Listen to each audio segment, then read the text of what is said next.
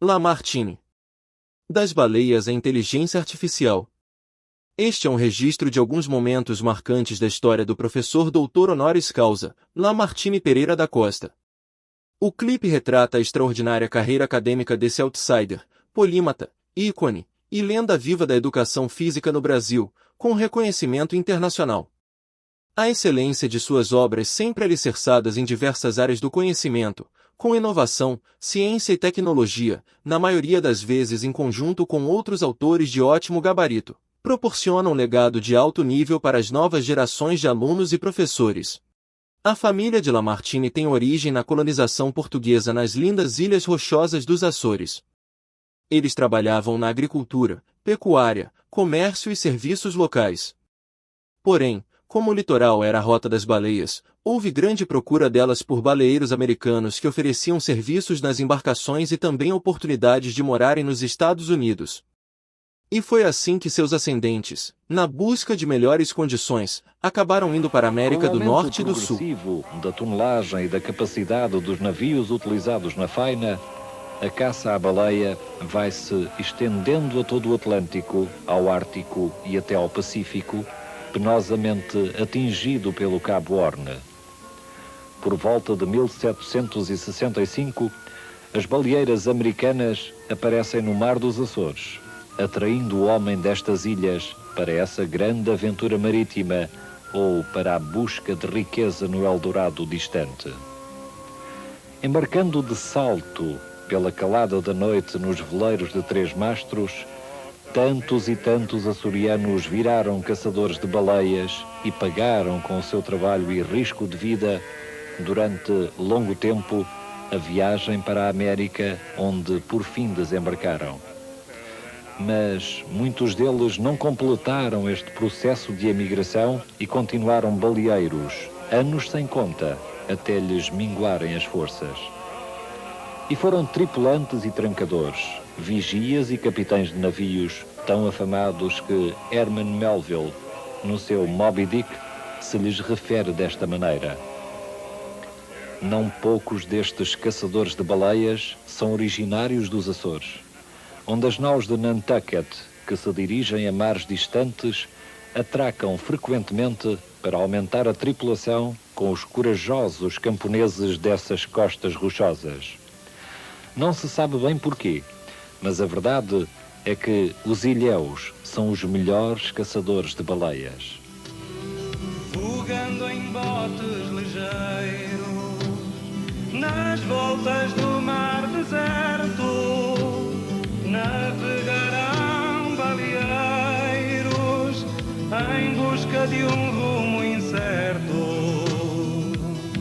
E foi nesse contexto de caça às baleias e busca por um Eldorado melhor que seus familiares rumaram para distantes e novos horizontes.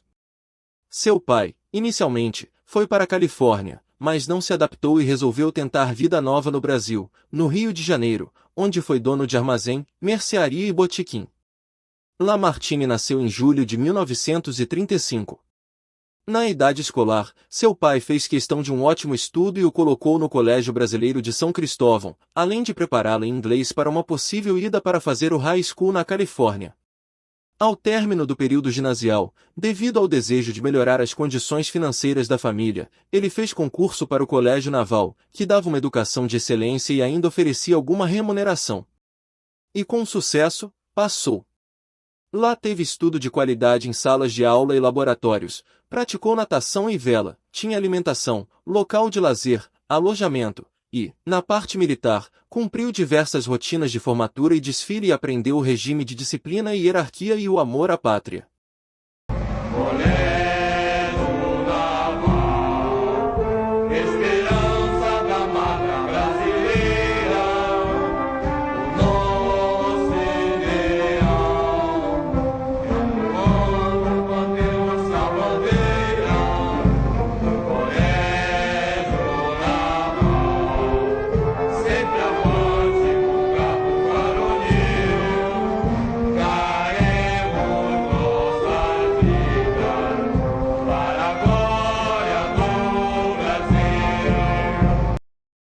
O próximo passo foi na primeira instituição de nível superior do Brasil, a Escola Naval, onde concluiu sua formação como guarda-marinha.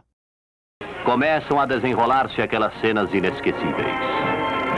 Sim, ele guarda na lembrança aquele dia memorável em que ficou a contemplar o portão da Escola Naval, entre incrédulo e extasiado. O estudo, a princípio aparentemente fácil. Sim, mas só na aparência mesmo. O quadro negro se enche de fórmulas as mais difíceis e complicadas. É preciso estudar cada vez mais. A Marinha tem necessidade de homens de cultura. Continua. Bem antes do nascer do sol, já está de pé e fazendo exercícios de atletismo. É preciso mente sã num corpo são. Agora é o exercício de tiro. Ele precisa aprender no presente para ensinar aos seus comandados no futuro. Semáforas, o complicado alfabeto das bandeirolas, na colorida transmissão de sinais visuais entre navios no mar.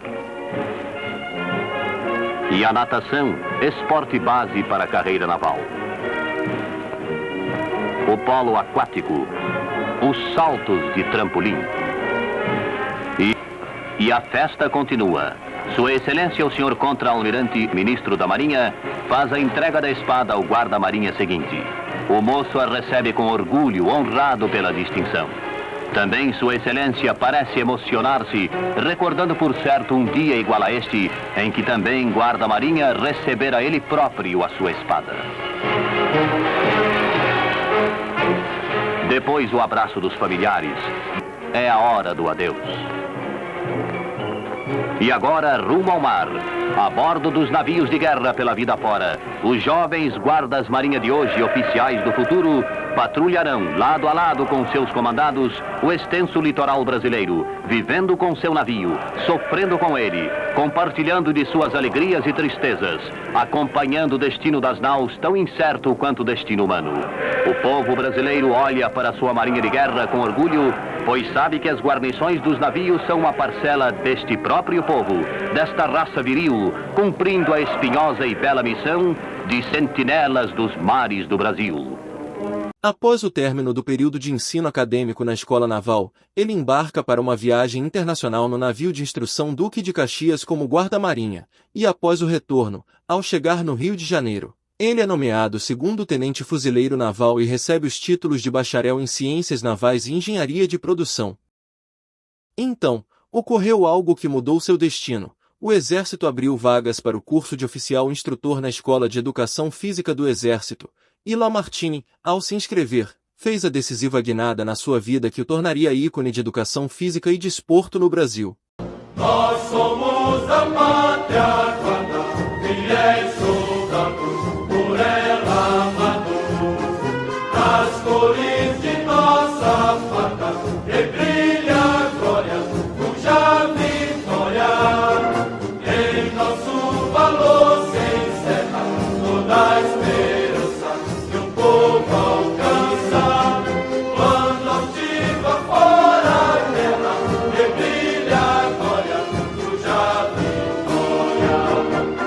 Após a formatura do curso, houve uma palestra na ESEFEX com os alemães pioneiros no treinamento intervalado, o professor e técnico Woldemar Gerschler e o Dr. Herbert Heindel. Woldemar foi técnico de campeões mundiais, olímpicos e recordistas. O método se usa até hoje com excelentes resultados. Nessa palestra compareceu Maria Lenk, o grande mito da natação brasileira. Lamartine fez uma grande amizade com ela e participaram de importantíssimas obras ligadas à educação física e desporto, como veremos posteriormente. Em 1960, Lamartine se apresenta no Centro de Esportes da Marinha na Ilha das Enxadas com a missão de transferir seus conhecimentos, e, aos 25 anos de idade, além de fazer suas tarefas, começou a praticar capoeira no grupo do Arthur Emídio e Djalma Bandeira. Fez algumas apresentações e foi conhecer a capoeira original em Salvador.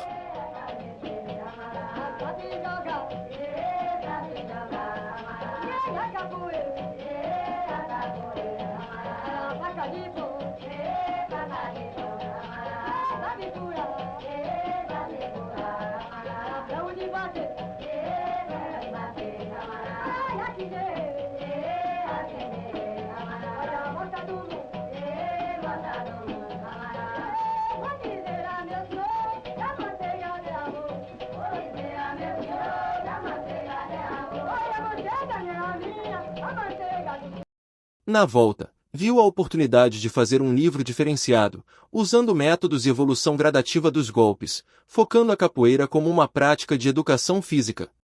Seu livro Capoeiragem, A Arte de Defesa Brasileira, vendeu, na primeira edição, mais de 60.000 exemplares, o que motivou Lamartine a fazer outras coleções. Com um slogan chamativo, mudou o título para Capoeira Sem Mestre e teve o mesmo sucesso anterior.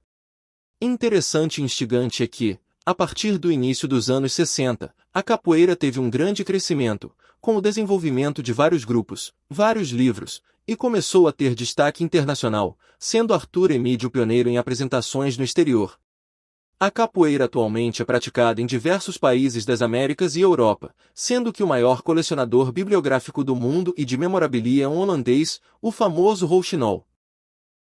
Ainda nessa época, Lamartine conheceu dois grandes ícones da educação física, o general Jair Jordão Ramos e o professor doutor honoris causa Enesio Pena Marinho, que produziram uma enorme quantidade de material literário, sendo que Enesio chegou a mais de 1000 publicações.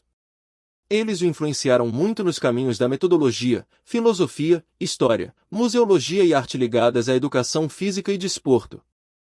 Em 1961, passou a fazer parte da Sociedade Internacional de Biometeorologia. Para isso, de forma inédita, foi ao arsenal da Marinha nas Ilhas das Cobras compilar dados pesquisados nos atletas através do primeiro computador adquirido para a Marinha, o IBM 1401. Nesse mesmo ano, Maria Lenk solicitou a Lamartine a possibilidade de desenvolver um trabalho pioneiro de treinamento intervalado na natação, no Centro de Esportes da Marinha. Ele conseguiu a autorização, e após 3 meses, houve uma melhora surpreendente com os nadadores do centro, com quebra de recordes da Marinha. No mesmo período, ele foi transferido para a CDFA, Comissão Desportiva das Forças Armadas, que patrocinava o pentatlo militar, exercendo o cargo de técnico da modalidade, da qual se tornou campeão mundial em 1965. Nesse sentido, participou de diversos intercâmbios internacionais por intermédio do CISM, Conselho Internacional dos Esportes Militares, sediado em Bruxelas, onde editou um dos seus primeiros ensaios teóricos internacionais sobre o treinamento em altitude. Em seguida, fez uma extensa e profunda pesquisa sobre o treinamento em altitude, que originou o livro Planejamento México, como metodologia científica do treinamento desportivo a ser aplicado em atletas olímpicos para competirem em 1968 no México e jogadores de futebol para jogarem na Copa do Mundo no México em 1970. Então, em 1967, ele decidiu sair do serviço ativo da Marinha, mas se manteve na academia do CIS. Em sequência, o próximo passo foi a confecção do livro por ele coordenado, Introdução à Moderna Ciência do Treinamento Desportivo, lançado em 1968 com 9 autores, sendo 3 professores de educação física e 6 médicos. Essa obra foi a primeira do gênero no Brasil e serve de base até hoje para outras, com o objetivo de incorporar a ciência da fisiologia do exercício com a ciência desportiva. No mesmo ano, outro desafio foi ir aos Jogos Olímpicos do México e, com as informações observadas, ele fez a coordenação da confecção do livro intitulado México 68, Aspectos Técnicos Evolutivos, lançado em 1969.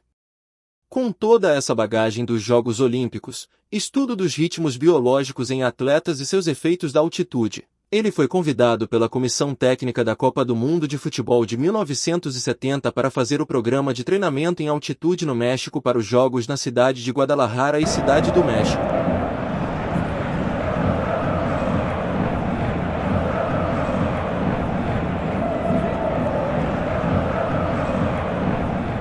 Foi um momento maravilhoso que passei na minha vida, inesquecível. 70 a gente sabia que não tinha como perder aquela Copa do Mundo.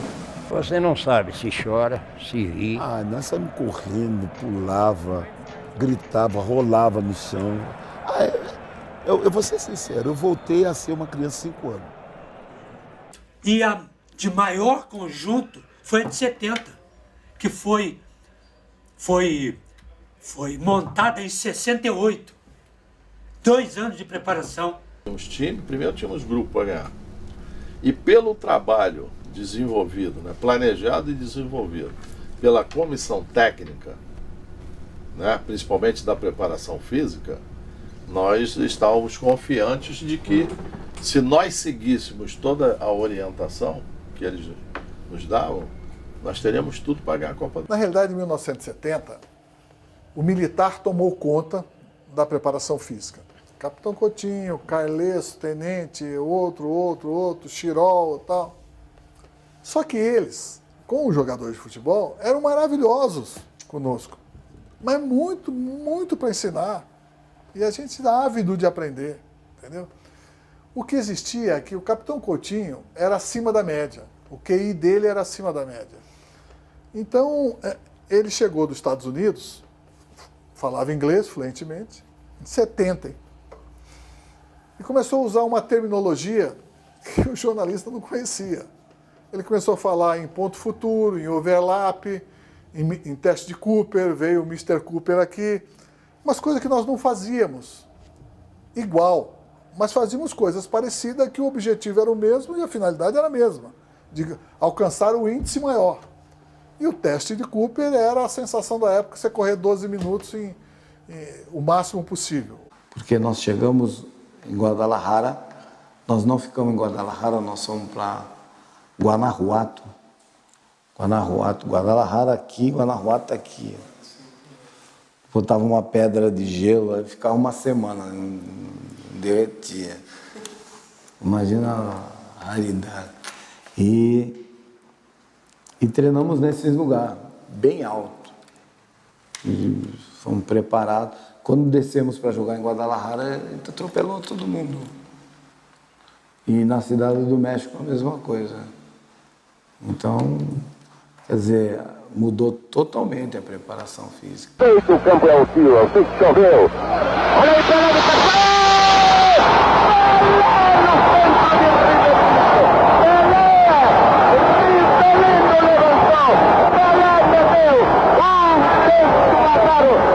Jair para receber.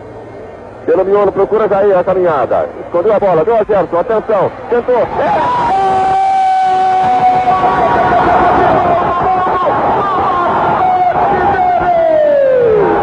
Quando ele viu a bola já estava no barbante. Olha lá, Pelé. Atenção, Jair.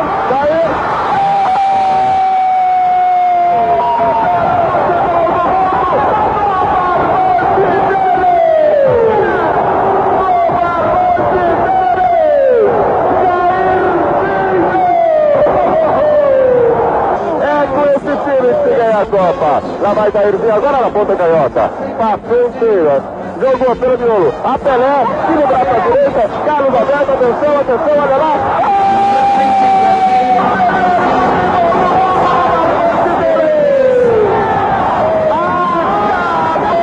A taça do mundo é nossa, com brasileiro não há quem possa. Eita, esquadrão de ouro, é bom no samba, é bom no couro.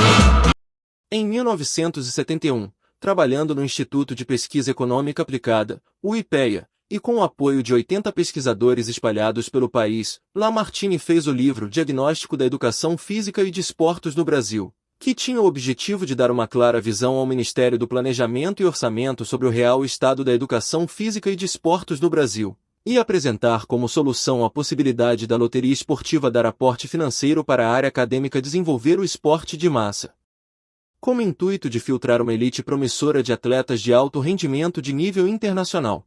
Em 1972, houve no Centro de Instrução do Corpo de Fuzileiros Navais, na Ilha do Governador, um estágio da Academia do CISM, Conselho Internacional do Desporto Militar, com a participação de 266 brasileiros inscritos entre civis e militares da área de educação física. Entre os palestrantes, estavam o diretor da Academia do CISM, Coronel Frank Cobbs, chefe do Departamento de Educação Física de West Point. Outro palestrante foi o criador da Academia do CISM, Raul Mollet, que, além de secretário executivo permanente do CISM, era um amante da ciência do esporte, com muitas obras a respeito.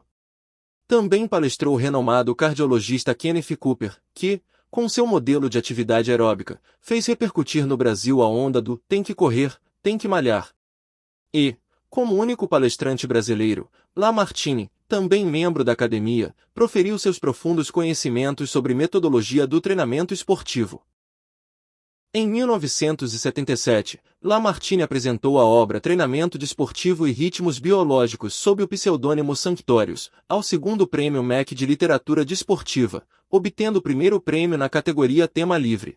A partir da década de 80, Lamartine, outsider e polímata, partiu para outras áreas do conhecimento.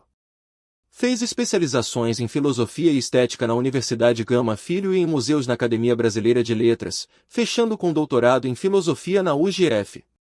Incidentalmente, recebeu um convite para visitar a Academia Olímpica Internacional na Grécia, num evento de filosofia, e acabou fazendo parte da academia como professor durante 14 anos.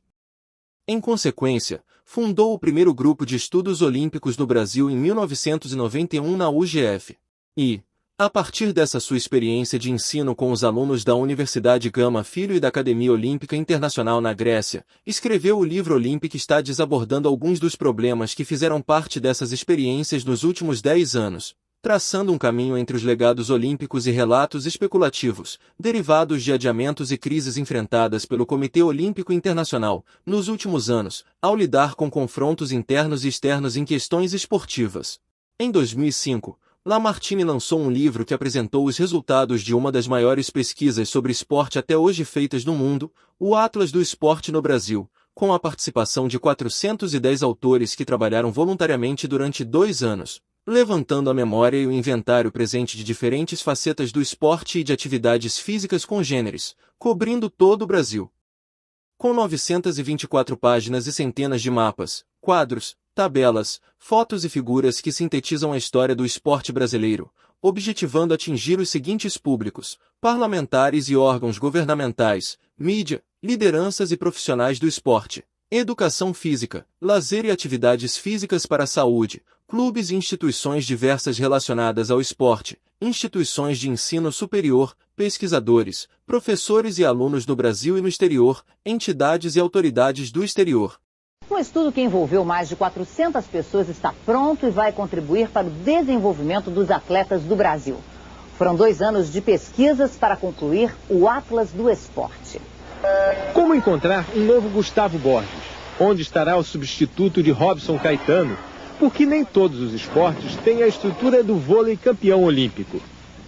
3 quilos, 924 páginas. O Atlas do Esporte, que acaba de ser lançado, vai ter um peso importante no diagnóstico dos problemas e na busca das soluções para o esporte do Brasil. Nós não entramos na era do profissionalismo, nem da ciência, nem do tratamento do esporte de alto nível, como as grandes nações, as nações mais avançadas tratam. E isso explica a razão que nós temos esse porte e nós não temos os resultados na competição internacional. O estudo mostra que 2/3 dos brasileiros praticam um esporte com alguma frequência. O futebol ainda é o mais popular, 23 milhões de praticantes. Mas há outros esportes que chamam a atenção. O vôlei com pouco mais de 15 milhões, o tênis de mesa com 12 milhões, a natação com 11 milhões, o atletismo e o judô têm 2 milhões de praticantes cada. Bons ventos para os radicais. Segundo a pesquisa, 8 milhões de pessoas praticam esportes desse tipo no país. O Brasil, assim, geograficamente é muito propício para praticar qualquer esporte radical. Eu acho que com o Atlas a gente pode tentar, de uma forma bem mais didática, popularizar o esporte de uma maneira geral. Porém, com profissionais, com líderes que possam fomentar esse esporte. Segundo o estudo, o Brasil tem 686 pistas de atletismo. Há de surgir um novo Robson Caetano. Em 1.300.000 piscinas recreativas, deve haver ao menos um Gustavo Borges. Em 2017, após os Jogos Olímpicos Rio 2016, Bianca Gama e Lamartine tiveram a ideia de deixar um legado pós aquele mega-evento esportivo. Daí nasceu o Museu do Esporte, que foi lançado em 2020. Como missão do projeto, surgiu a concepção de registrar a história e preservar a memória do esporte nacional de forma coletiva e colaborativa. Desta forma, a partir de uma proposta auspiciosa, começaram a reunir parceiros, dentre eles o segundo maior colecionador do mundo em peças e memória do esporte, Roberto Gesta, além do Exército, da Marinha e da Aeronáutica, e de alguns colecionadores, atletas, entidades esportivas e esferas governamentais.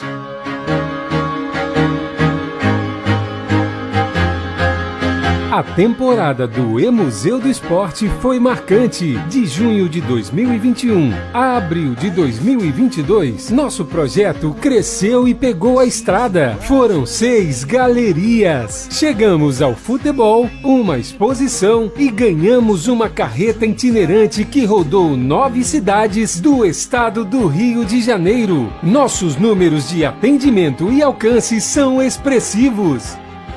Então a gente fica em média de 7 a 10 dias em cada cidade, fazendo com que cada pessoa tenha uma experiência incrível e inesquecível na carreta. Em dezembro de 2021, nasceu a nossa carreta itinerante, um projeto tecnológico, imersivo, de resgate histórico e esportivo, completamente acessível. Em 2020, Lamartine lançou o livro Tecnologia, Inovações e Startups, uma visão da Agenda Olímpica 2020, baseado nos objetivos do movimento olímpico idealizado por Coubertin, onde ele previu a importância da evolução tecnológica em todas as áreas do desenvolvimento humano. Essa previsão teve como consequência a globalização do mundo moderno. Por isso, esta importante obra justificou o apoio do Comitê Brasileiro Pierre de Coubertin no entendimento da construção do futuro, respeitando o passado. Em 2021, Ana Miragai organizou o livro Maria Lenk, atleta, educadora e cientista, com a participação de Lamartine e outros coautores. Essa obra, com quase 600 páginas, retrata a vida icônica da patrona da natação brasileira, capaz de inúmeras facetas de destaque durante sua vida atlética e profissional.